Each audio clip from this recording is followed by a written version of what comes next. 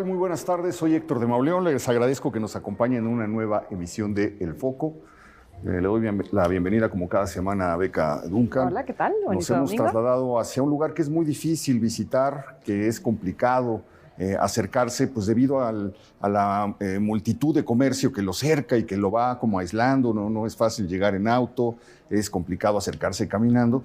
Y sin embargo, cada que por alguna circunstancia logramos llegar hasta acá, la sensación es absolutamente gratificante, una sensación de maravilla, de misterio, el peso del tiempo cayendo muchísimo. Estamos en uno de los 4 barrios de Tenochtitlan, estamos en San Sebastián Atzacoalco, estamos visitando precisamente la capilla que se levanta en los primeros años posteriores a la conquista, en las primeras décadas, hasta 1526. 1524, se levanta la capilla dedicada a San Sebastián. Tiene una historia maravillosa que contarnos, relacionada con el desarrollo de la Ciudad de México, y hoy vamos a hacer, a propósito de una muestra que cuenta, porque el 24 es el año de la llegada franciscana a la Nueva España, que cuenta el devenir de la orden franciscana, vamos a ir encontrando cosas sorprendentes que tienen que ver con la Ciudad de México. Nos acompaña el historiador Hugo Báez y nos acompaña el padre Martín Cabrera Joya. Tiene 4 años aquí. Ya casi 4. 4 años en la parroquia. Vamos a poder consultar viejos archivos, vamos a poder ver viejos mapas para poder entender la historia de la zona. Pero ¿por qué no comenzamos? No, siempre hacemos un recorrido en la calle Beca, pero ahorita pues, está un poco complicado por el comercio, por los puestos, por el calor también. Entonces, estamos aquí en la entrada. Vamos a compartir imágenes de la fachada de este lugar, una fachada cargada de un aire muy antiguo, puesto que esto se comienza a levantar, que es con la llegada de Fray Martín de Valencia. Bueno, históricamente los primeros antecedentes de la construcción se dan hacia 1523. Estamos hablando que en 1523 estos 3 frailes que llegan en avanzada a cargo de Fray Pedro de Gante, Juan de Ayora y Juan de Tecto, justamente estos 3, llegan como en su calidad de capellanes. En esa calidad, pues bueno, ellos llegan, reconocen el espacio, pero precisamente por la cuestión esta de su camino hacia la ciudad, pues propiamente lo único que hacen es reconocer. Ya ellos preparan el camino y es hacia 1524 ya en la segunda generación de franciscanos que llegan a cargo de Valencia. Llegan los 12. Los 12 justamente que ya llegan con autoridad apostólica, es cuando se inicia el proceso de evangelización de los antiguos barrios tenochtecas. Pero se le atribuye a Gante la construcción de esta capilla, sí, ¿no? Esta y las 3 restantes, San Pablo, Santa María y San Juan. No, llega esta primera generación de franciscanos, es fascinante, pues es la que le toca acompañar la conquista de Tenochtitlan, y de hecho 2 de ellos mueren en la expedición a las Cibueras. Dice que uno de ellos todavía alcanzó a confesar a Cuauhtémoc, ¿sí? según la leyenda. ¿Sí? Es Fray Juan de Tecto, ¿no? Que no regresa, que muere consumido cuando se pierde la expedición en la selva. Y luego llega este momento maravilloso en el que aparecen estos 12 personajes que son de novela.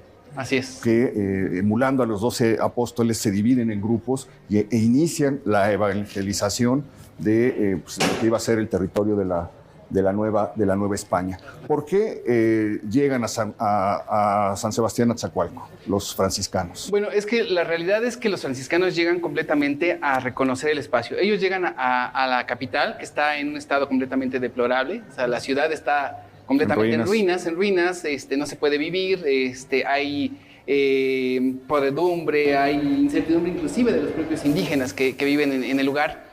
Y que de alguna manera, pues bueno, ¿qué hace el franciscano cuando llegan? Los primeros franciscanos llegan, reconocen el espacio, preparan el camino para la segunda generación a cargo de Valencia, y Valencia junto con los 12 se van a igualar con ellos. Yo les digo que se igualan porque los franciscanos en su carisma es eso, de igualarse con los indígenas que conocían y que reconocían como seres iguales, porque esa era la realidad del franciscano, reconocerse como seres iguales y de alguna manera poder entender lo que se estaba viviendo en ese proceso, que si de alguna manera fue cruel, pero pues también hubo una cierta necesidad de ambos en tener esa empatía, ¿no?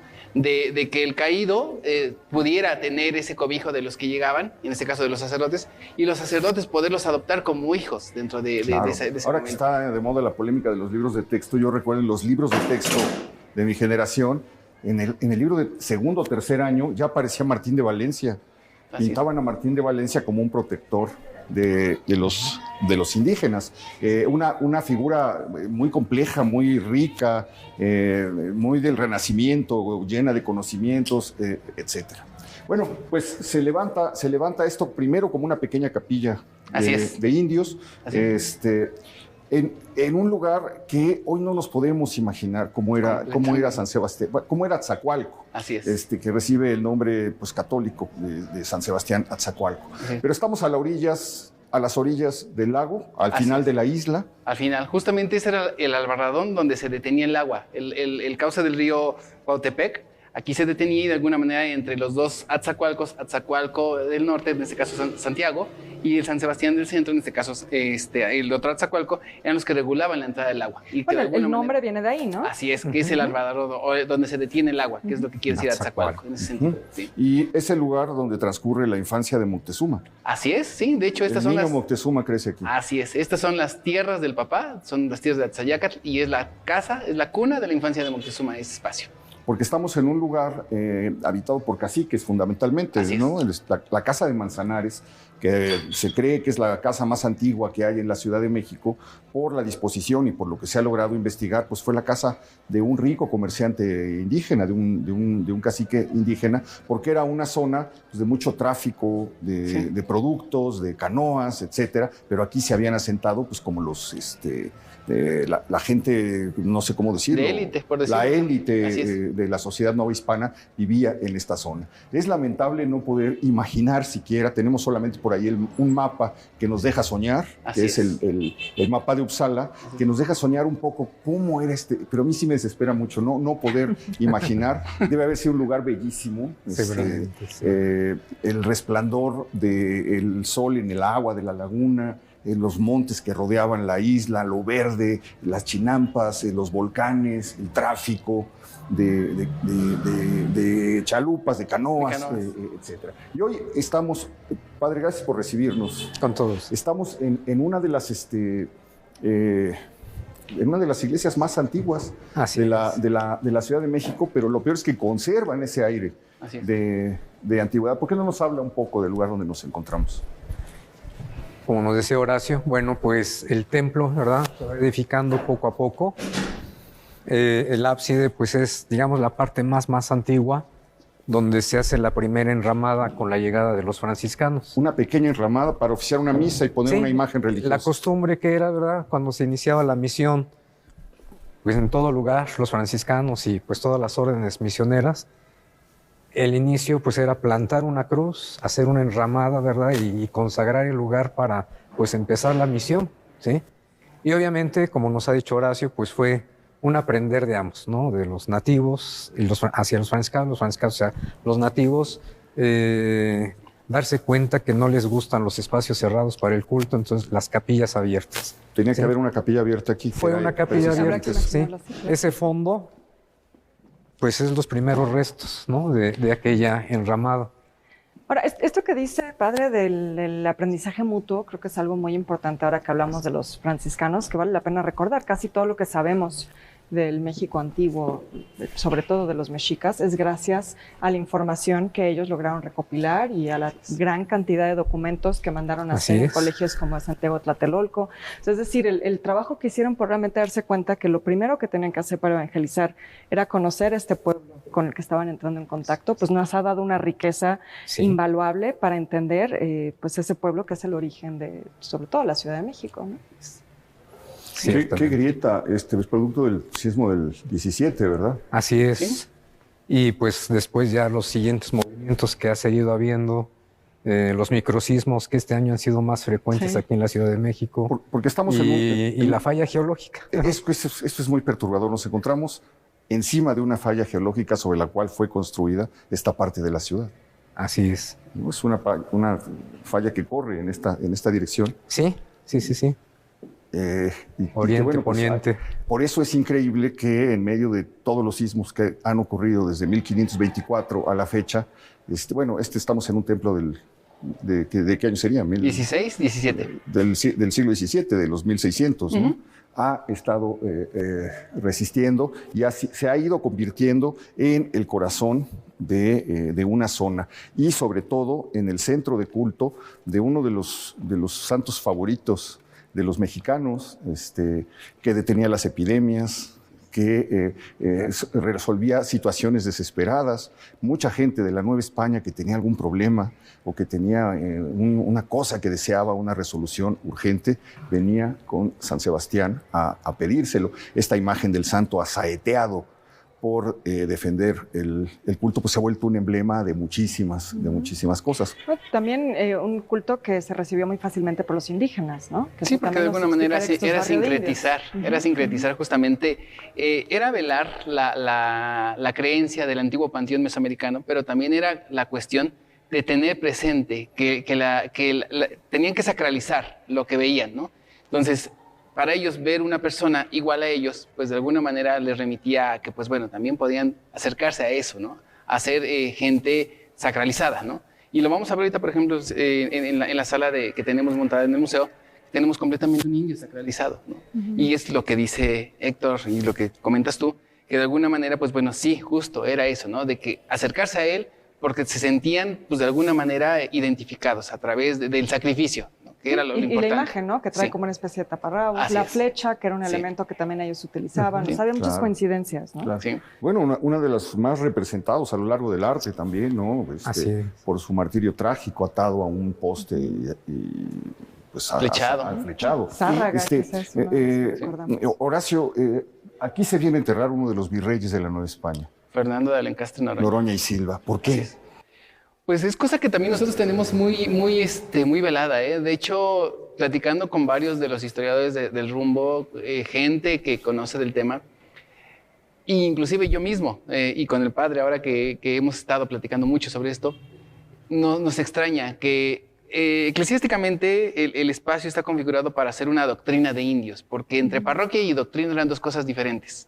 La parroquia era para españoles y la doctrina de indios era para indios, como tal lo decía la palabra, ¿no? Esta fue una de las doctrinas, de las 4 doctrinas, que se fundan en 1524. ¿Quedan todas las ermitas o las parroquias donde se llevó a cabo esta doctrina? ¿Quedan los restos de esos templos?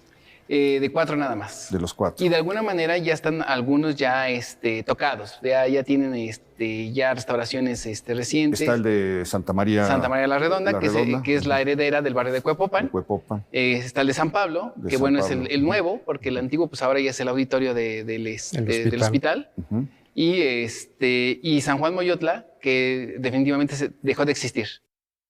Que los mismos indígenas dan permiso para que se instale ahí el convento de San Juan de la Penitencia, con las Clarisas de México, que justamente están cumpliendo 450 años este año. Bueno, pues esto va a cumplir 500 años. Está cumpliendo 1524, ¿no? Sí, justo. Sí, medio milenio, entonces todas las cosas que nos tienen. Pero nos decías que inicia en el 23. Sí. Entonces realmente sí ya. Estamos en la fiesta justamente de los 500 porque en el 23 inicia todo este proceso con Gante.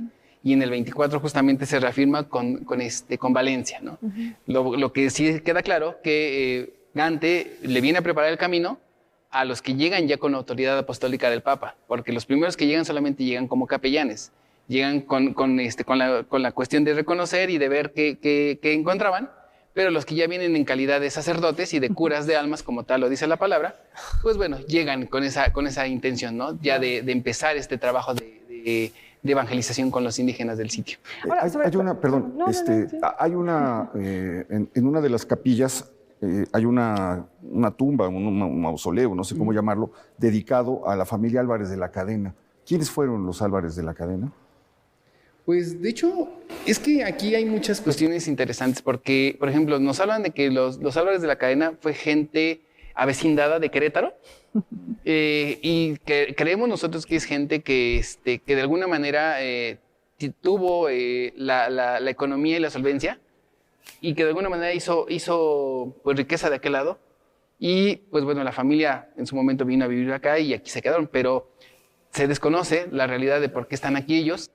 Hemos buscado en los archivos parroquiales, en este caso en el archivo propiamente que le correspondería a la parte de defunciones. De defunciones. Pero pues no hemos llegado a esa parte, ¿no?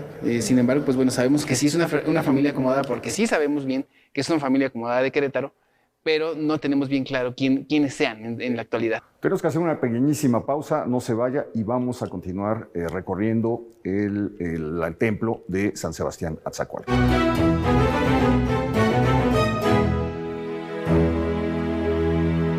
La información que buscas la encuentras con nosotros, En ADN 40 seguimos en un cambio continuo. que nos permite seguir compartiendo contigo toda la información de México y del mundo. Conocemos todos los ángulos de la noticia. Y te los presentamos estés donde estés. A todas horas, sin filtro, hablándote al chile. Habla bien al children. A ver, si saben cómo informo, ¿para qué me invitan? Aquí hablamos de ti sin disfraces. Te informamos desde el lugar de los hechos y en tiempo real. Porque sabemos que todo sucede aquí.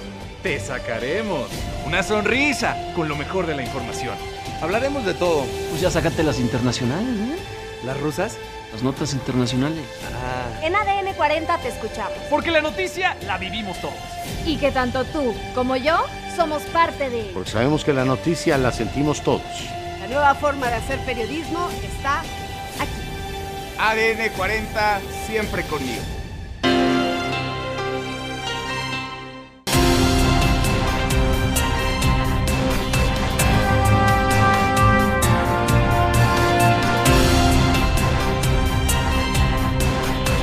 ADN 40, siempre conmigo.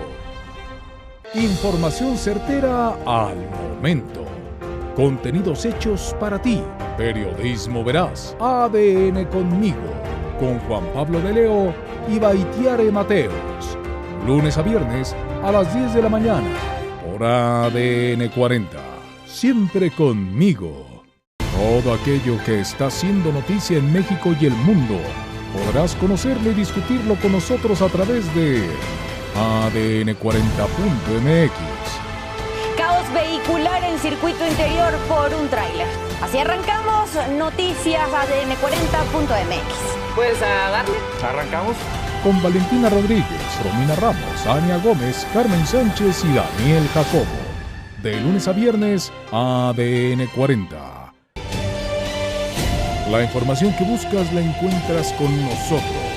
Hablaremos de todo. Pues ya sacaste las internacionales, ¿no? ¿Las rusas? Las notas internacionales. Por ADN 40. Siempre conmigo.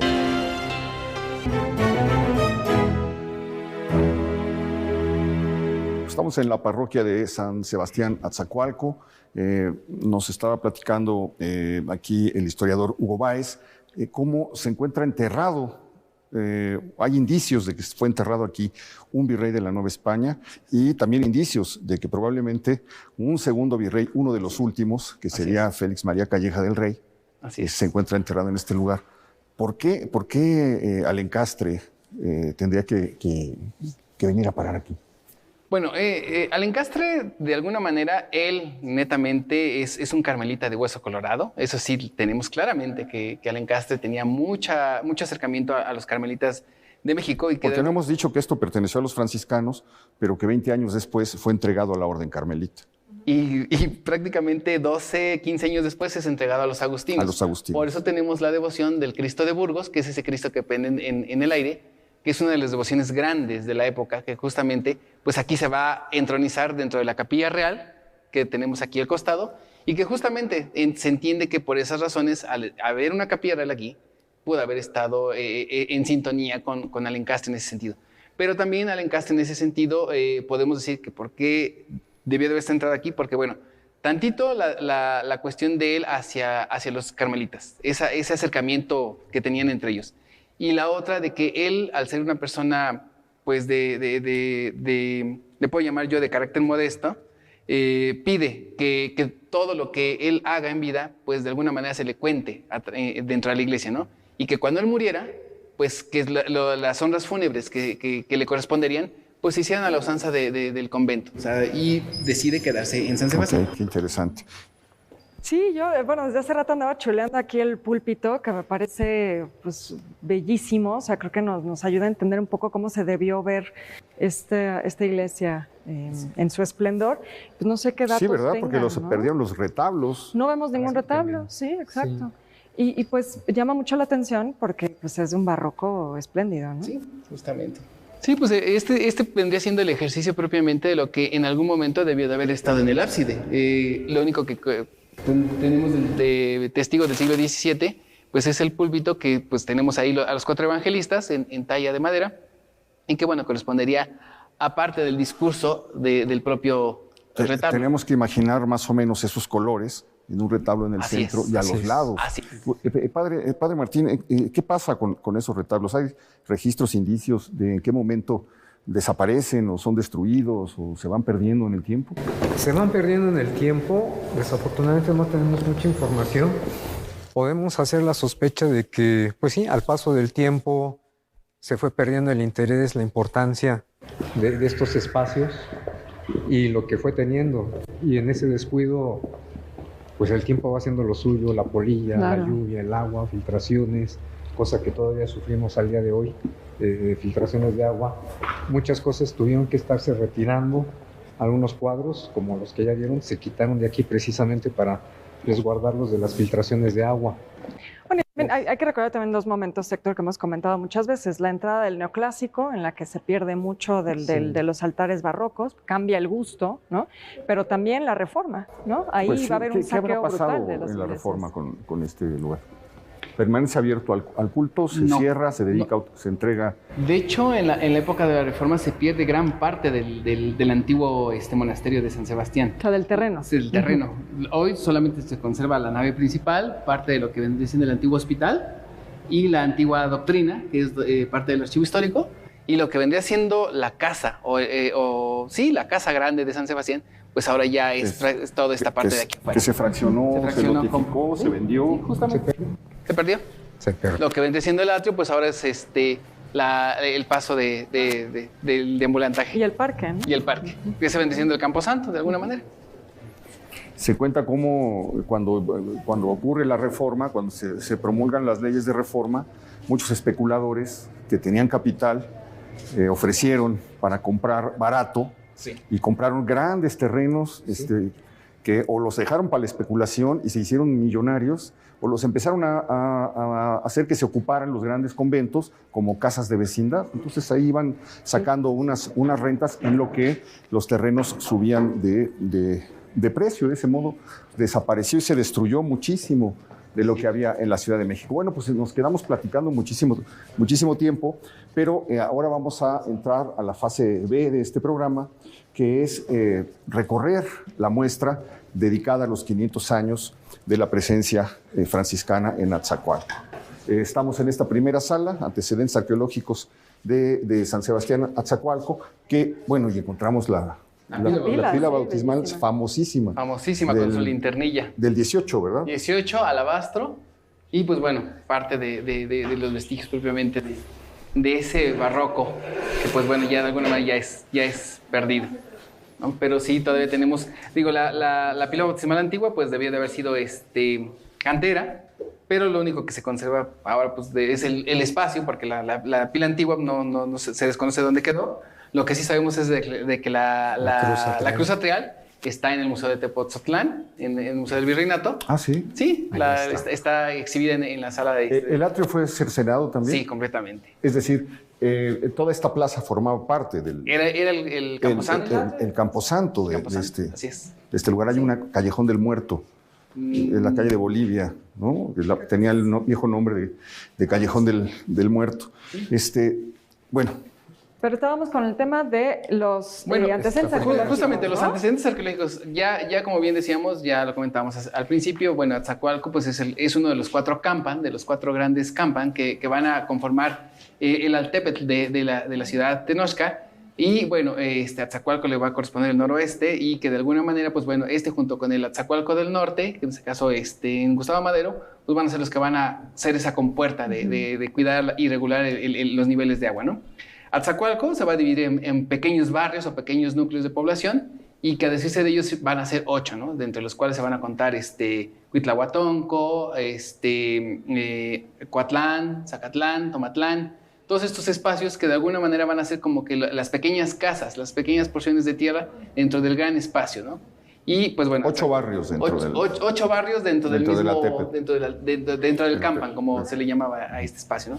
Entonces, y estos después propiamente pues van a ser las capillas que le van a pertenecer ya en algún momento a la doctrina indígena de San Sebastián. Y aquí había un templo, ¿no? Un basamento. Sí, de hecho estamos parados en él. Ah, ¿sí? Estamos parados en él.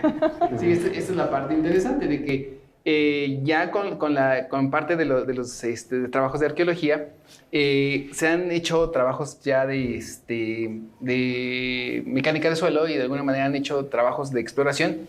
Y este es el espacio más alto, porque de hecho, si te das cuenta, el mismo espacio te lo dice, ¿no? Sí. Vamos, ahí está la parte más alta. Y se siente, esta es la parte más alta y vamos de bajada. Y ahorita salimos al claustro y vamos otra vez. También. Estamos completamente repartidos. El cambio de suelo es, ¿a qué se debe? Tenemos un piso de tierra, de piedra, perdón, y aquí uno de mármol. Pues son modas, porque digo, de alguna manera cuando llega el padre nos comentaba que tenían ahí una cuestión de restauración y aparte en los documentos que tenemos nosotros que obran en el archivo histórico, sabemos de restauraciones que habían hecho ya. ¿Qué pasa cuando levantan el piso de piedra que había aquí para poner el de mármol? ¿Qué es lo que se ve aquí abajo? ¿Sabe usted, padre? Narran los padres, ¿verdad?, que al ir excavando fueron encontrando restos humanos, entonces suponemos, ¿verdad?, que fue parte de entierro, que era la costumbre. Enterrar dentro de los templos a las grandes personalidades, ¿no? Sí. Ya más por tradición oral, a través de un sacerdote y otros testimonios de personas mayores, ahora sí descendientes de pueblos originarios, ellos afirman que en este lugar también hay enterramientos de las familias de los Moctezuma. De los Moctezuma. De los Moctezuma. Y muy probablemente este es el espacio que les correspondería a ellos. Que correspondió a los Moctezuma. Hay una zona del Museo de Antropología que es muy emocionante porque son las bodegas. Y en las bodegas se llevan muchas de las cosas que no han podido todavía o no tienen dónde colocar, no hay una vitrina donde ponerle, entonces las van almacenando. Y en esas bodegas que están abajo, en el sótano, están llenas de cajas con huesos que han sido sacados de los distintos atrios de las iglesias cuando los atrios eran cementerios. Entonces uno pasa y ve ahí pues, los huesos de los primeros mexicanos, de los primeros habitantes de la ciudad, esperando pues, ser estudiados, ser reconocidos. ¿Sí? Es algo muy, muy emocionante. Pero bueno, llama la atención de inmediato la pintura que se encuentra en este lugar. Me imagino que era un lugar que estaba lleno de arte, padre. Sí. Por los registros que han encontrado los inventarios, efectivamente era un templo rico en pinturas, en arte. Se tiene registro que algunos trabajos aquí mismo los hizo Miguel Cabrera. Hubo presencia oaxaqueña. ¿Ya no están las obras aquí de Miguel Cabrera? No. Se sospecha a lo mejor que una o dos que están por ahí guardadas sean de él. Tienen la escuela, el estilo. Ajá. Sí, o de su taller, quizá, ¿no? O de su taller, seguramente. Sí. Y pues son de las pocas cosas que nos quedan, ¿sí? Realmente, ¿sí? ¿Qué ha ido pasando en la historia? Pues no sé, entre saqueos, pues me lo llevo, lo guardo, qué sé yo. El drama es una historia de siempre, de siempre, tristemente. El trabajo ahora de archivo, ¿verdad? Pues es precisamente contener todo esto, registrarlo, ¿verdad? Y pues tratar de una manera frenar todos estos saqueos, ¿verdad?, que se han venido dando últimamente, ¿no? Pero lo de Cabrera y la presencia oaxaqueña creo que es interesante. Digo, Cabrera nace en Oaxaca, eso lo sabemos. Entonces, en Aztacualco en algún momento hubo una migración oaxaqueña importante, ¿no? ¿En qué momento fue eso? ¿Ya en la Nueva España? Sí, ya fue en la Nueva España, ya estamos hablando que es siglo XVIII, completamente 1700. Pero lo que sí es interesante es de que dentro del contexto histórico del archivo sabemos de los famosos indios caciques extravagantes. Los indios caciques extravagantes eran la gente que venía de otros pueblos en su calidad de cacique, pero que ya venía aquí con otra posición. Vaya, yo te traigo de tu pueblo siendo gobernador, pero tú aquí eres el esclavo, ¿no? Por eso ya la iglesia les da esa condición de decir que eran los indios caciques extravagantes. Les sigue respetando la condición y lo de extravagantes porque ya ellos no son netamente de aquí. Aquí hubo presencia zapoteca, hubo mixtecos, hubo totonacas, hubo de gente de todos lados. y por eso la iglesia los registra como indios extravagantes. Extravagantes, es decir, fuera de... Fuera de. Fuera de su territorio, ¿no? Sí, fuera de todo. ¿Pasamos? Sí. Bueno, encontramos otra representación de San Sebastián, pero documentos que hablan sobre la fundación de San Sebastián. Libro de fundación de San Sebastián, 1585. Estamos hablando de... La presencia carmelita. Ya carmelita.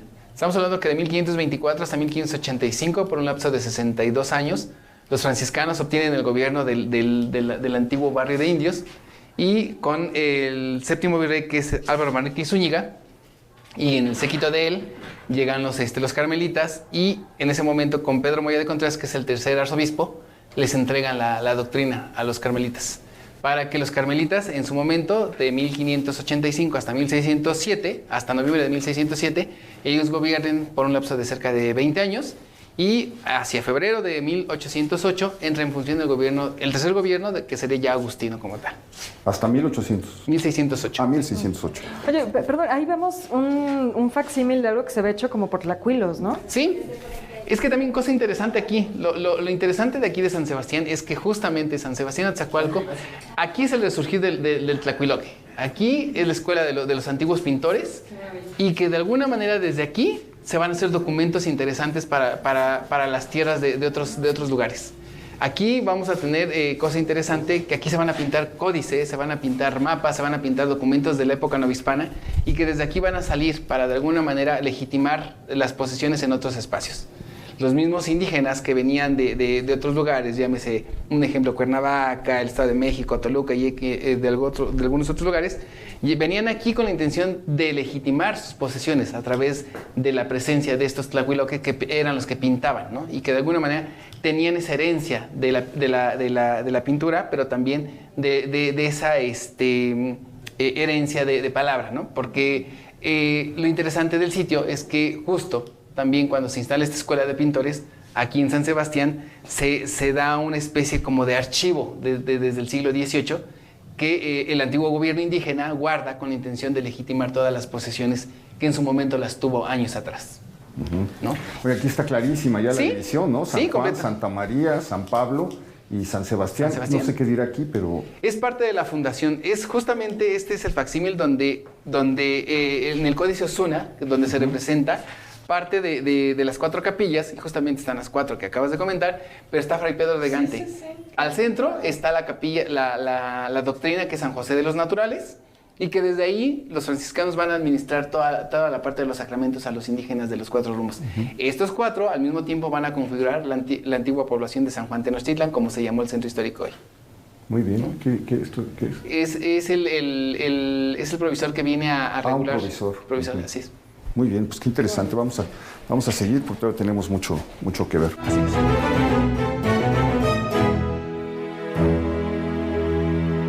La información que buscas la encuentras con nosotros. En ADN 40 seguimos en un cambio continuo, que nos permite seguir compartiendo contigo toda la información de México y del mundo. Conocemos todos los ángulos de la noticia y te los presentamos estés donde estés. A todas horas, sin filtro, hablándote al chile. Habla bien al children. A ver, si saben cómo informo, ¿para qué me invitan? Aquí hablamos de ti sin disfraces. Te informamos desde el lugar de los hechos y en tiempo real. Porque sabemos que todo sucede aquí. Te sacaremos una sonrisa con lo mejor de la información. Hablaremos de todo. Pues ya sácate las internacionales, ¿eh? ¿Las rusas? Las notas internacionales. En ADN 40 te escuchamos. Porque la noticia la vivimos todos. Y que tanto tú como yo somos parte de... Porque sabemos que la noticia la sentimos todos. La nueva forma de hacer periodismo está aquí. ADN 40, siempre conmigo.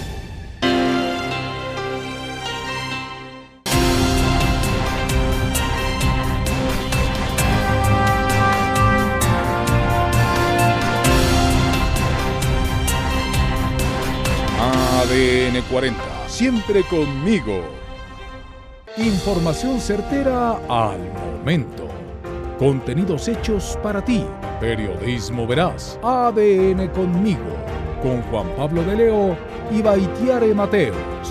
Lunes a viernes a las 10 de la mañana. Por ADN 40. Siempre conmigo. Todo aquello que está haciendo noticia en México y el mundo, podrás conocerlo y discutirlo con nosotros a través de ADN 40.mx. Caos vehicular en circuito interior por un tráiler. Así arrancamos Noticias ADN 40.mx. Pues a darle. ¿Arrancamos? Con Valentina Rodríguez, Romina Ramos, Ania Gómez, Carmen Sánchez y Daniel Jacobo. De lunes a viernes, ADN 40. La información que buscas la encuentras con nosotros. Hablaremos de todo. Pues ya sácate las internacionales, ¿no? ¿Las rusas? Las notas internacionales. Ah. Por ADN 40. Siempre conmigo. A ver, si saben cómo informo, ¿para qué me invitan? Estamos comprometidos a seguir trabajando en beneficio de las familias mexicanas. A quien corresponda. Con Jorge Garralda. De lunes a viernes, a las 2 de la tarde. ADN 40. Siempre conmigo. Te escuchamos en tiempo real. Te informamos desde el lugar de los hechos para que conozcas aquello que pasa en las calles. Vamos a revisar qué está sucediendo en las calles de la Ciudad de México, lo más importante, lo más relevante. Tenemos a nuestros compañeros reporteros en las calles de la ciudad. Estamos al pendiente de tu espacio todos los días. Tlaquepaque se volcó una pipa de agua. En tiempo real, con Viridiana Hernández, Saraí Uribe y Juan Manuel. Vamos a encontrar aquí una serie de imágenes que nos van hablando un poco acerca de la evolución del espacio. La litografía de la Plaza Torres Quintero, que es la plazuela que se encuentra frente a la parroquia de San Sebastián y que le rinde homenaje a ese gran pedagogo de finales del siglo XIX, que es precisamente una de las personas que hace una de las grandes reformas educativas durante el Porfiriato e inventa la onomatopeya como método educativo. O sea, tenías que decir que no se usaba, no me imagino cómo se usaba, pero bueno, aquí nos podemos dar una idea de cómo era este lugar. Hoy es imposible, en medio de la multitud de puestos que cercan todos estos rumbos de lo que se ha desaparecido, pero alcanzamos a ver un poco de cómo era. Aquí vemos una huerta, ¿no? Sí, esto es parte justamente, es la parroquia de San Sebastián, el antiguo hospital de indios, el Camposanto, el crematorio que le correspondía al hospital de indios, que es donde estamos deambulando ahorita, la antigua doctrina, que es la parte franciscana, la parte de la casa que le correspondería, porque además el templo tuvo 3 claustros, el del hospital, de la antigua doctrina y el de la casa. Entonces, todo este espacio era la casa de San Sebastián. Esta era parte del Camposanto y este era el crematorio que le correspondería al hospital. Se conserva algo el crematorio, ¿no? Sí, la torre que genera como mucha especulación. ¿Qué podría ser? ¿Sí? ¿Esa torre? No, ahorita la vamos a ver al final. Estamos ahí. Bueno, sí, era en 1932. 1932, lo que te decía, mira, al principio, de las ventanas, que de alguna manera... Desaparecieron en ese año. Desaparecieron, porque le tocó justamente cuando el centro histórico entró en remodelación en esos años. Entonces, con la declaratoria. Así es. Entonces, en ese momento es cuando hacen la reforma, inclusive a los mismos edificios, y dentro de eso, pues bueno, el discurso arquitectónico cambia completamente de los edificios también. Qué barbaridad, ¿no? Pues le roba algo de lo que tuvo en su diseño original. Sí.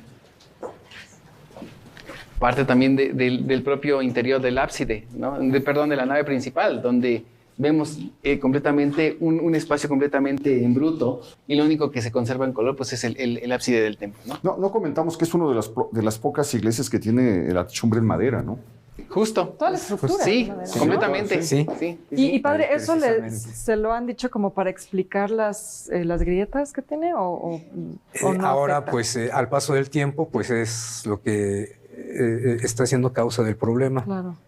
En su momento, pues así era la construcción como tal. Y por tanto, los muros, los arcos están puestos, pero el techo está sobrepuesto. No cierra realmente, no está... Trabajan por separado. Claro, sí. Esta foto es interesantísima porque alcanzamos a ver precisamente lo que comentaba Beca, los retablos. Los retablos neoclásicos. Así es. Que llegó a tener en su totalidad, pues casi prácticamente por cada muro desnudo que atravesamos hoy, había un retablo, incluso era neoclásico Y fíjate que la pintura mural también es interesante porque es muy porfiriana, ¿no? Me recuerda un poco a la de la Sagrada Familia en la Roma. con estos decorados como muy florales, o sea, ya completamente de otra época, ¿no? Sí. No de la fundación de la iglesia. La imagen patronal, la imagen de San Sebastián. Es la que se conserva todavía. Es la que se conserva. ¿Y esa la tienen datada, fechada de qué época? Es siglo XIX, Okay. completamente. Parte también del púlpito, que es parte de la reminiscencia del siglo XVII, y que de alguna manera pues, es el propio ejemplo del espacio. Muy bien, aquí es como estaba el claustro en el año 32. ¿Es el lugar donde estamos ahorita? Así es. ¿Y por qué se abandonó? Pues porque de alguna manera el espacio terminó descontinuado, no hubo ejercicio propiamente en ese año. Lo que yo comentaba... ¿Es el conflicto religioso? Así es. Pues la fecha nos dice que está muy cerca. Y también otra de las cosas es de que en el contexto histórico San Sebastián ha tenido muchos cambios drásticos, ¿no? Estamos hablando que te dices cuenta de las fotos de los años 50, lo estás viendo hoy, y literal, San Sebastián está completamente cambiado. Las grandes parroquias de hace 50 años, que eran como que el máximo para venirte a casar, venir a bautizarte, hoy son las que no tienen comunidad. Sí, y no tienen no tienen vida, ¿ya? Entonces, digo, de alguna manera sobreviven porque son parte de esa reminiscencia histórica. Esa es la tragedia, se quedaron sin comunidad. Así es. Bueno, ahí están ya los árboles y la vegetación creciendo entre las losas. Y esta es parte también de la Plaza Torres Quintero, pero en el año de 1917, con la Sociedad Astronómica de México, porque aquí tenían planeado hacer el Observatorio Nacional. Por eso, en el desplante justamente del Zócalo del crematorio, desplantan la torre, que unos dijeran que es reloj, otros dicen que es un observatorio, pero la realidad fue eso, de que en los años 17 se planeaba hacer el Observatorio Nacional de este lado. Estamos entrando al archivo, al centro de información de la parroquia. Nos recibe el mapa de Uppsala, que era del que habíamos platicado hace poco. Nosotros estaríamos en este momento aquí. Justo, San Sebastián. Esta es la isla. La isla. Aquí se ve cómo estaba rodeada. Aquí está el albarradón deteniendo las aguas. Aquí se ve dos tipos de navegación. Incluso cambia el color.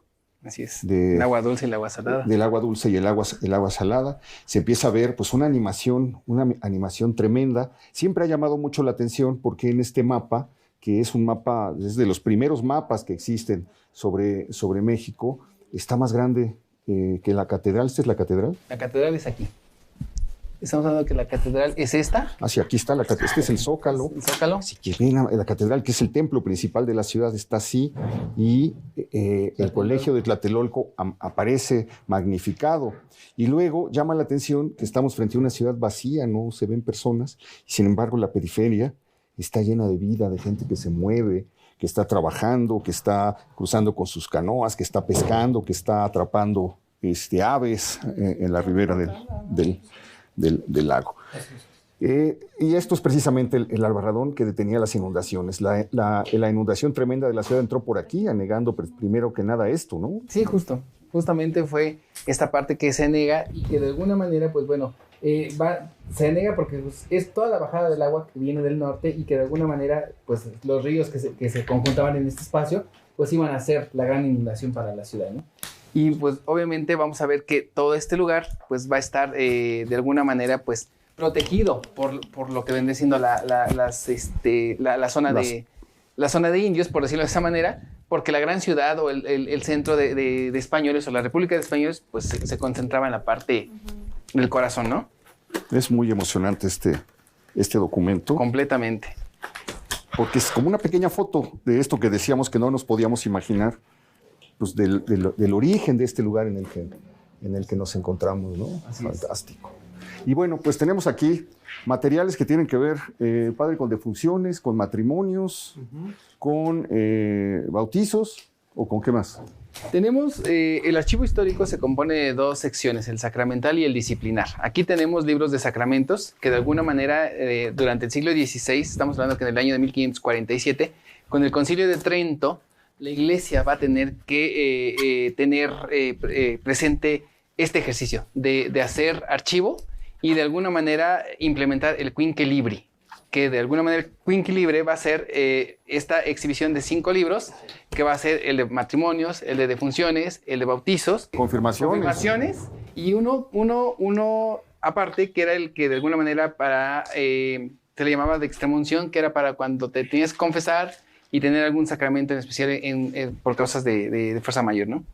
Lo interesante de estos es que, por ejemplo, las características de los libros son interesantes porque este es cuero, completamente esto es cuero, mientras que padre, ¿lo puedes hacer tantito? Ya es vitela, ¿no? Mientras este es vitela. Desde luego es el más apetitoso por la antigüedad. ¿Sí? Por la antigüedad que muestra. Ese es Bautizos. Es un libro de bautizos, sí. Así es. ¿Pero de qué año es? Del 1619. 1619. Sí. Y lo interesante de este libro es que es la memoria de la familia Moctezuma. La familia Moctezuma aquí se instala porque, como lo decíamos, esta va a ser la tierra de la casa de Atzayacatl, pero esta va a ser la cuna de la infancia de Moctezuma en ese momento. Aquí, pues bueno, se va a desarrollar la familia como tal, va a tener presencia dentro del barrio y de alguna manera, pues bueno, están los registros de bautizo como tal. Es que es muy, pues, sí. de la familia. Ana, Manuel, María, Domingo, Joseph, Joseph Cuatla. Era el nombre de la persona que se bautizaba y del barrio de donde venía. Era Joseph de Cuatlán. De Cuatlán. Y abajo es Joseph de Cuitlahuatonco, que eran los barrios en los que estaba dividido el antiguo Campan de Atzacoalco. Sí. Nicolás de Lungra es el que hace el... Bueno, aquí creo que es la página, ¿cuál? 17. Es la que sigue. 17. La que sigue. Vamos a voltear con mucho cuidado y terror, más bien, mejor. Sí. A ver. Es esa, justamente. Ahí está. Aquí aparece... Diego Moctezuma. Cuitlatlacoc. Diego Moctezuma era vecino de Cuitlahuatonco. Cuitlahuatonco, sí. Y aquí estamos hablando, dice que, ¿en mayo? En mayo, justamente, del año de 1618.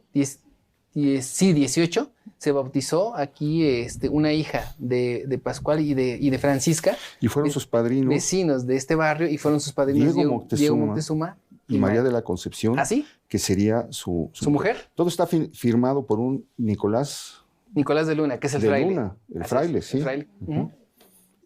Así es. ¿Estamos en qué año? 1619.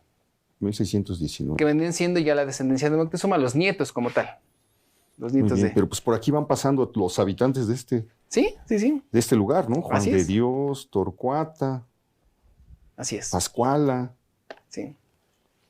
Híjole, Baltasar, Sebastián, es que la letra, ¿verdad? Sí, es que también eran diferentes frailes los que escribían. ¿Sí? Y lo que te comentaba, mientras que esto es vitela, esto es cuero completamente, ¿no? Y estos ya son del siglo XIX, ¿no? Todo es del siglo XVII, XVIII y XIX. Este es de 1803 a 1822. Es el libro de Entierros de Indios. Entierros de Indios. Porque también además había calidades entre los libros. Había libros de bautizos para indios y había libros de bautizos para españoles. Cosa interesante que en la iglesia pues no tendría que ser la distinción, pero la había. Claro. Porque justamente lo que decíamos al principio, la parroquia solamente era para españoles, mientras que la doctrina de indios era para indios, ¿no? Okay. La doctrina dependía de los frailes y la parroquia dependía del clero secular como tal, ¿no? Que obedecía a un obispo, mientras que la doctrina como tal pues era completamente de misioneros en ese sentido. Aquí cambia totalmente la caligrafía. Así es. Ya el papel, la tinta, ya estamos en otro... Sí, en otro momento, ¿no? El papel es algodón. De los 4 libros es algodón. Porque inclusive en los procesos de limpieza mecánica, estos libros se pueden lavar.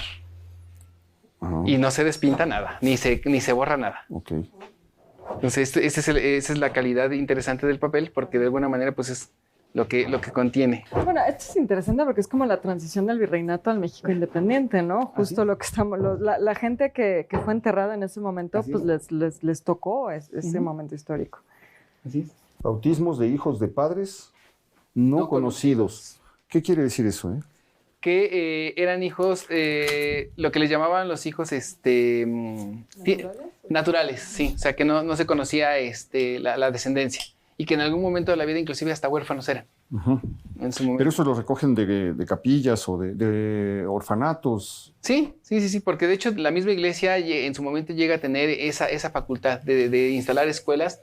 En este caso, lo más sonado en la iglesia es para escuela para niñas. Y que de alguna manera, pues bueno, estas niñas van a ser las futuras monjas y van a salir con ciertos privilegios de esos espacios, ¿no?